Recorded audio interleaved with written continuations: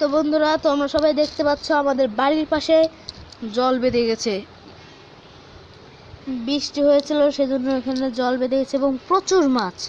আজকে আমি, আমার বাবা আর আমার মা তিনজন মিলে জাল পেতেছি। ওই যে আপনারা দেখতে পাচ্ছেন না মনে হয়, ওই যে ওখানটাতে যে বাঁশটা রয়েছে ওই যে, আর ওই যে মাছ ধরা আপনাদেরকে দেখাচ্ছি। ওইখানটাতে বুদবুদ উঠেছে, বুঝতে পারবেন না আপনারা। ওই যে একটা জাল আর একটা হয়েছে। তো বন্ধুরা, তোমরা সবাই দোয়া করে দিবে যেন মাছ জালে ফেসে যায়। দেখুন মাছ, ওই যে টাকি মাছ আছে, কত ধরনের মাছ আছে।